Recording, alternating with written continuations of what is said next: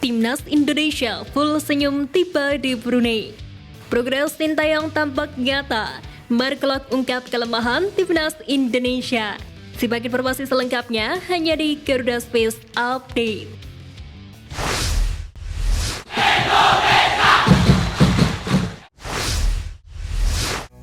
Para punggawa Timnas Indonesia telah tiba di Brunei jelang menghadapi leg kedua kualifikasi Piala Dunia 2026 ronde pertama. PSSI melaporkan seluruh pemain dan official Timnas Indonesia telah bertolak ke Brunei Darussalam dari Bandara Soekarno-Hatta pada Jumat siang dan mendarat di Brunei pada sore hari. Dikutip dari unggahan situs PSSI, seluruh pemain terlihat bersemangat dan menampakkan senyum. Mulai dari Mark Klok, Elkan Bagot, hingga Witan Sulaiman. Bahkan Edo Febriansyah yang absen di leg pertama juga terlihat full senyum. Apabila dalam kondisi pulih, Edo Febriansyah berpeluang tampil di leg kedua lawan Brunei menggantikan posisi Pratama Arhan yang kurang optimal di sisi kiri Timnas Indonesia. Ketum PSSI Erick Thohir menilai Timnas Indonesia punya asa ke Piala Dunia 2026 usai meraih kemenangan meyakinkan di leg pertama kontra Brunei Darussalam. Erick Thohir menyebut harapan awal menuju Piala Dunia 2026 mesti dituntaskan di Bandara Sri Begawan yang akan menjadi lokasi leg kedua.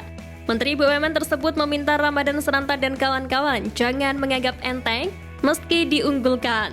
Meski tak mau mengecilkan Brunei, Erick Thohir menganggap skuad asuhan Sintayong punya potensi untuk melangkah jauh.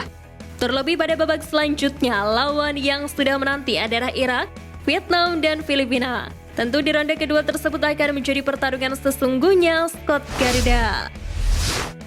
Penyerang muda Timnas Indonesia, Hoki Caraka bertekad untuk mencetak gol di leg kedua kualifikasi Piala Dunia 2026 zona Asia melawan Brunei Darussalam. Meskipun tampil di leg pertama yang berakhir dengan kemenangan besar 6-0 bagi Timnas Indonesia, Hoki Caraka merasa belum puas dengan penampilannya dan mengaku merasa gugup dalam pertandingan debut bersama Timnas senior. Meski begitu, Hoki menegaskan bahwa akan berjuang keras untuk kembali menampilkan performa terbaik. Striker PSS Sleman itu mengakui bahwa tugas seorang striker tidak hanya mencetak gol, tetapi juga memberikan kontribusi positif bagi tim. Meski memperlihatkan ketajamannya bersama Timnas Indonesia, namun performa Dimas Derajat di Liga 1 musim ini belum memuaskan. Dari 9 penampilan bersama Persikabo 1973, ia belum mencetak gol meskipun sudah mencatatkan 2 assist. Dimas Derajat menjelaskan bahwa cedera menjadi penyebab utama kesulitan mencetak gol bersama Persikabo. Penyerang berpostur 178 cm itu juga berharap dapat mencetak lebih banyak gol bersama Timnas Indonesia. Kendati demikian, Dimas mengakui bahwa yang terpenting adalah bisa menjalankan instruksi Sintayong dan tampil lebih baik di leg kedua serta memberikan kemenangan untuk skuad Garuda. Gelandang Timnas Indonesia Mark Klok mengungkapkan kelemahan Timnas Indonesia meski berhasil membantai Timnas Brunei Darussalam dengan skor 6-0 di leg pertama kualifikasi Piala Dunia 2026 zona Asia. Mark Klok menilai tim merah putih terlalu bernafsu mencetak banyak gol sehingga justru sering kehilangan bola. Pasalnya Brunei Darussalam bermain sangat bertahan di laga itu. Pemain naturalisasi tersebut mengatakan seharusnya Timnas Indonesia bermain lebih sabar untuk mendobrak pertahanan tim berjuluk tebuan tersebut untuk menciptakan peluang terbaik. Pada laga itu, Timnas Indonesia sejatinya bisa mencetak banyak gol karena memiliki beberapa peluang. Hanya saja memang beberapa kali kerap terlihat serangan yang dibangun terlalu terburu-buru. Pelatih Timnas Indonesia U17 Bima Sakti mengungkapkan bahwa skuad asuhannya mengalami kemajuan yang signifikan usai 3 pekan tesnya di Jerman. Bima Sakti menilai uji coba yang dilakukan menjadi salah satu faktor pemain mengalami kenaikan baik secara fisik dan mental. Kendati demikian, mantan gelandang Timnas Indonesia itu mengakui bahwa Arkan Kakak dan kawan-kawan masih bisa berkembang lebih baik lagi. Diketahui sebelum bertolak ke tanah air, Arkan Kakak dan kolega masih akan menjalani beberapa laga uji coba lagi melawan klub lokal Jerman. Diharapkan para pemain bisa membawa pulang modal positif ke tanah air untuk pentas di Piala Dunia U17 yang akan berlangsung pada 10 November hingga 2 Desember 2023. Timnas Indonesia U17 tergabung dalam grup A bersama dengan Ekuador, Maroko, dan Panama. Selain dari Bima Sakti, Timnas Indonesia U17 juga dapat arahan khusus dari pelatih asal Jerman Frank Wormuth yang menjabat sebagai konsultan tim. Bima Sakti sebagai pelatih kepala bertugas untuk membuat program bagi Timnas Indonesia U17. Dengan kapasitas sebagai konsultan, Bima Sakti mendapatkan banyak masukan dari Frank Wormuth dalam membuat dan menjalankan program latihan.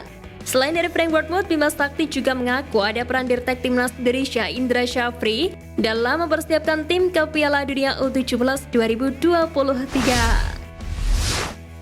Krishna Sulistia boleh dikatakan sebagai orang yang menyingkirkan pemain diaspora Aaron Switela di Timnas Indonesia U17 menjelang hajatan Piala Dunia U17. Krishna Sulistia adalah pemain jebolan Garuda Select kelahiran 31 Mei 2006. Sosok yang pernah dijuluki sebagai bocah ajaib itu bermain di posisi striker atau winger kiri. Tak hanya dituntut untuk bersaing dengan pemain diaspora, Krishna juga dituntut bersaing dengan penyerang lokal seperti Arkan Gaga, Givari Lotra, hingga Nabil Ashura. Di tengah ketatnya persaingan striker Timnas Indonesia U17, Krishna Sulistia memiliki modal lebih karena pernah dilatih oleh Dennis Wise dan Des Walker yang merupakan dua legenda Timnas Inggris. Berbekal pengalaman selama di Garuda Select, Krishna Sulistia berharap bisa meraih satu tiket di Timnas Indonesia U17 supaya bisa unjuk gigi di Piala Dunia U17 mendatang.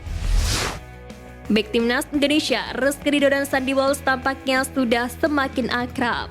Usai pertandingan, Ridho meledek Walsh dengan julukan baru. Dikutip dari kolom komentar unggahan Sandy, Rizky Ridho menyebut salah satu merek es krim yang persis dengan nama Sandy. Sontak unggahan tersebut mengundang beragam komentar dari warganet tanah air. Terlepas dari hal tersebut, Sandy Walsh akan kembali bahu-membahu bersama Rizky Ridho dan pemain lain untuk bertarung bersama Timnas Indonesia pada leg kedua kualifikasi Piala Dunia 2026 melawan Brunei Darussalam. Penampilan konsisten Sadil Ramdhani bersama staf Chelsea berdampak positif pada perannya di Timnas Indonesia. Ketika Timnas Indonesia tampil di Piala AFF 2020, Sadil Ramdhani bahkan tidak dilirik sama sekali. Akan tetapi, Sadil kini jadi pilihan utama. Sintayong mulai melirik Sadil Ramdhani pada ajang kualifikasi Piala Asia 2023. Sadil Ramdhani selalu jadi pilihan utama. Ketika itu, Sintayong tidak bisa memakai jasa Egy Maulana Fikri karena cedera. Diketahui Sadil Ramdhani sudah merebut posisi inti di sektor winger Timnas Indonesia. Namun, dia tidak boleh puas begitu saja, sebab ada persaingan yang sangat ketat di posisi yang kini dimiliki Sadil Ramdhani. Egy Maulana Fikri mulai mendapatkan level terbaiknya bersama Dewa United. Lalu masih ada Yaakob Sayuri yang juga berada di top level dan masuk dalam daftar pemain andalan Sintayong. Gelandang Timnas Indonesia Mark Locke menyuarakan dukungan kemerdekaan untuk Palestina dari serangan Israel jelang melawan Brunei Darussalam dalam leg kedua playoff kualifikasi Piala Dunia 2026. Melalui story Instagram pribadinya, Locke mengunggah foto sebagai dukungan kepada rakyat Palestina untuk merdeka dari penjajahan Israel. Penderitaan rakyat Palestina tersebut rupanya mengunggah hati Mark Locke. Unggahan Locke ini akhirnya viral di media sosial. Sejumlah netizen memuji keberanian Mark Locke yang menyuarakan kemerdekaan untuk Palestina. Sekian Flash News kali ini Sobat Garuda, mari terus dukung perjuangan Timnas Indonesia.